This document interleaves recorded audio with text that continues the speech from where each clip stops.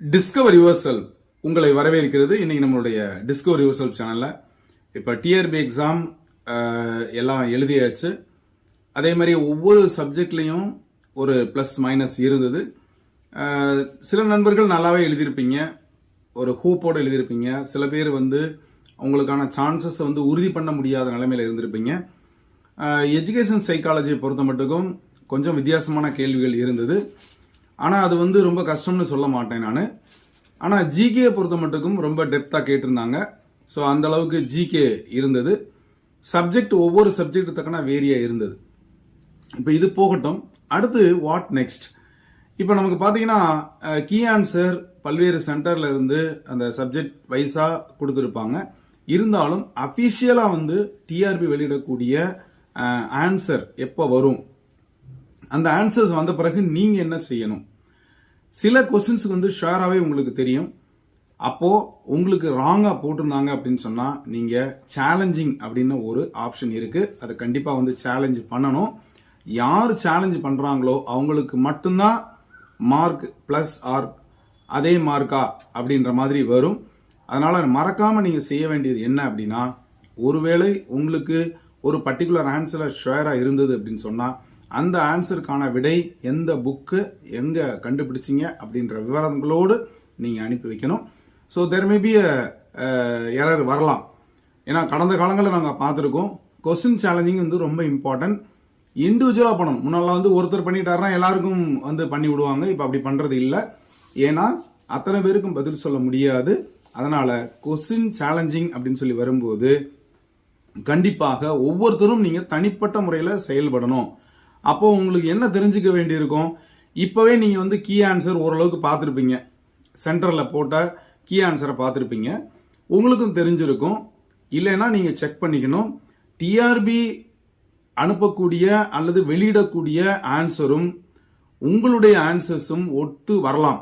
இல்ல சில விஷயங்கள் தப்பா கொடுத்துருக்காங்க, கீ ஆன்சர் தப்பா கொடுத்துருக்காங்க டிஆர்பியில, நீங்க சொல்றதுதான் சரி அப்படின்னா கண்டிப்பாக அந்த பர்டிகுலர் கொஸ்டினை நீங்க சேலஞ்ச் பண்ண வேண்டியிருக்கும். சும்மா மட்டும் சேலஞ்ச் பண்ண முடியாது. எந்த புக்ல அந்த ஆன்சர்ஸ் இருக்கு, நோட்ஸ் கிடையாது, எந்த புக்ல ஸ்டாண்டர்ட் புக்கா இருக்கணும், அந்த புக்ல ஆன்சர் இருக்கு, எந்த பக்கத்துல இருக்கு, அந்த விவரங்களை நீங்க கொடுக்க வேண்டியிருக்கும். அதற்கு நீங்க தயாராகுங்க. இது யாருக்கு உபயோகரமா இருக்கும் அப்படின்னா, 1 மார்க் 2 மார்க்ல போறவங்களுக்கு நிச்சயமா பாதிப்பை ஏற்படுத்தும். ஸோ அந்த வகையில கொஸ்டின் சேலஞ்சிங் அப்படின்றது நிறைய மார்க் எடுத்தவங்களுக்கு கண்டிப்பாக ரொம்ப இம்பார்ட்டன்ஸா இருக்கும். அதனால டிஆர்பி வெளியக்கூடிய கீ ஆன்சர்ஸ் வந்த உடனே இதற்கு நீங்க தயாராக இருக்கணும். அதற்கு முன்னால இப்பவுமே நீங்களே ஒரு ஆன்சர்ஸ் ரெடி பண்ணி வச்சுக்கோங்க. சரியான ஆன்சர் எது என்பதை கண்டுபிடிங்க. ஒவ்வொரு சப்ஜெக்ட் சார்ந்த நண்பர்களும் கண்டிப்பாக சரியான ஆன்சரை கண்டுபிடிக்கணும். ஸ்டாண்டர்ட் புக்ல இருந்து எடுத்து கண்டுபிடிக்கணும். அது பெரிய வேலையெல்லாம் கிடையாது. புக்ஸ் இருந்தா கடகடன் என்ன செஞ்சிடலாம், நம்ம பார்த்துடலாம். சென்டர்ஸ் ஓரளவுக்கு 100% போட்டிருப்பாங்க, சரியாவே போட்டிருப்பாங்க. சில சமயங்களில் தேர் மே பி மிஸ்டேக். ஆனா டிஆர்பி வெளியிடக்கூடிய ஆன்சர்ஸும் சில சமயங்களில் தப்பாக இருக்கும். அப்படி வரும் பொழுது ஒரு 5 கொஸ்டின் தப்பா இருக்கு அப்படி நீங்க ஃபீல் பண்ணீங்க அப்படின்னு சொன்னா கண்டிப்பாக அது சேலஞ்சிங் அப்படின்ற ஒரு ஆப்ஷன் இருக்கு. அந்த ஆப்ஷனுக்கு நீங்க தயாராக இருக்கணும். அதற்கு நாம ஆன்சர்ஸ் பிக்ஸ் பண்ணி வச்சிருப்போம் இல்லைங்களா, அந்த ஆன்சரோட நீங்க வெரிஃபை பண்ணி பார்க்கணும்.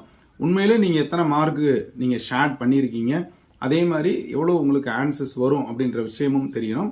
அடுத்து பாத்தீங்க அப்படின்னா, ஒரு நண்பர்கள் கேட்டிருந்தாங்க, எனக்கு ஜெராக்ஸ் காப்பி ஆஃப் அந்த ஓஎம்ஆர் கிடைக்குமா அப்படின்னு கேட்டிருந்தாங்க. ஸோ அதுக்கு ஆன ஆப்ஷன் வருவதற்கு வாய்ப்பு இருக்கு. உங்களுடைய ஓஎம்ஆரை டவுன்லோட் பண்றதுக்கு அதுக்கு ஆப்ஷன் கொடுப்பாங்க. ஸோ இந்த 2 விஷயத்தையும் நீங்க நல்லா வச்சுக்கோங்க. ஒருவேளை நீங்க கொஸ்டின்ல மார்க்கிங் பண்ணிருக்க மாட்டீங்க, எந்த ஆன்சர்ஸ் போட்டோம் அப்படின்றது நினைவுல இல்லாம கூட போகலாம். அப்போ ஓஎம்ஆர் இருந்தா தான் அதை செக் பண்ண முடியும். அப்போ உங்களுக்கு 2 விஷயம் அடுத்து ஃபியூச்சர்ல நடக்கும். ஒன்னு, ஓஎம்ஆர் டவுன்லோட் பண்ண முடியுமா முடியாதா, அது வேணும். 2வது, கண்டிப்பாக சேலஞ்சிங் த கொஸ்டின்ஸ், அதை நிச்சயமா நீங்க சேலஞ்சிங் பண்ணணும். அப்பதான் உங்களுக்கு முழு மதிப்பெண்ணும் கிடைக்கும். நீங்க உள்ளையா வெளியா அப்படின்றத தீர்மானம் பண்ணணும். இப்போ ஓரளவுக்கு நம்ம அனாலிசிஸ் படி குறைஞ்ச மார்க்கு கூடுதல் மார்க் போட்டிருக்கோம். அப்படி பார்த்தோம்னா மாடரேட்டா இருக்கக்கூடிய சில எக்ஸாமுக்கு கட் ஆஃப் கொஞ்சம் கூட இருக்கும். கஷ்டமானதுக்கு பாத்தீங்க அப்படின்னு சொன்னா 90க்கு மேல எடுத்தவங்களுக்கு கண்டிப்பாக அந்த வேலைவாய்ப்பை உறுதி செய்யக்கூடிய வாய்ப்பு இருக்கும். இருந்தாலும் நீங்க கொஞ்சம் வெயிட் பண்ணுங்க. அபிஷியல் கீ வந்ததுக்கு அப்புறமா உங்களுடைய மார்க்கை நீங்க டெண்டர் பண்ணுங்க. அதான் உங்களுக்கு உபயோகரமா இருக்கும். ஸோ அடுத்து வரக்கூடிய இந்த கீ ஆன்சருக்காக வெயிட் பண்ணுங்க. உங்களுடைய OMR டவுன்லோட் பண்றதுக்காக வெயிட் பண்ணுங்க. இதை உங்களுடைய நண்பர் அனைவருக்கும் ஷேர் பண்ணுங்க. கட் ஆஃப் விஷயமா ஏற்கனவே நான் முந்தின வீடியோ போட்டிருக்கேன். அதில் அனைத்து சப்ஜெக்ட் சார்ந்த நண்பர்களுக்குமான மிக குறைந்த மதிப்பெண்ணும் அதே மாதிரி கூடுதல் மதிப்பெண்ணும் ஒரு ரெஸ்பான்ஸ் ஷீட்ல இருந்து நான் போட்டிருப்பேன். ஸோ அதையும் நீங்க பார்த்து தெரிஞ்சு வச்சுக்கோங்க. இது வரைக்கும் நம்மளுடைய சேனலை சப்ஸ்கிரைப் பண்ணிட்டு கொடுத்துட்டு பெல்லைக்கான கிளிக் பண்ணிட்டு ஆளுங்கிற ஆப்ஷனை மறக்காம செலக்ட் பண்ணுங்க. அடுத்த அப்டேஷனுக்காக காத்திருங்கள். நன்றி, வணக்கம்.